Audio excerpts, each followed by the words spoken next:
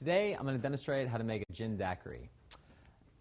A Gin Daiquiri, to make a quick note, can be blended, but we're going to make ours straight up, which is the way the daiquiri was originally created. So we're going to start by pouring our ice directly into our 16-ounce mixing glass, and then putting 3 parts of gin to 1 part of light rum.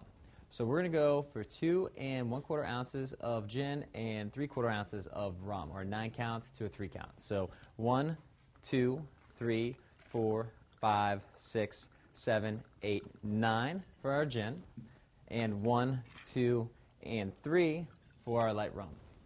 We're going to top that off with sour mix. If you like it sweet, I recommend adding a little bit of sugar in at this point.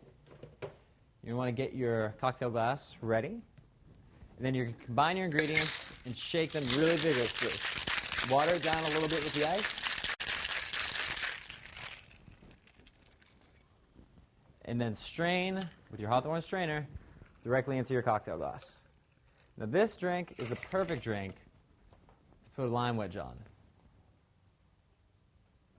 A little bit of salt on the rim if you like, also does, but it's more of a margarita style. Don't forget your cocktail straw, and that's your Gin Daiquiri.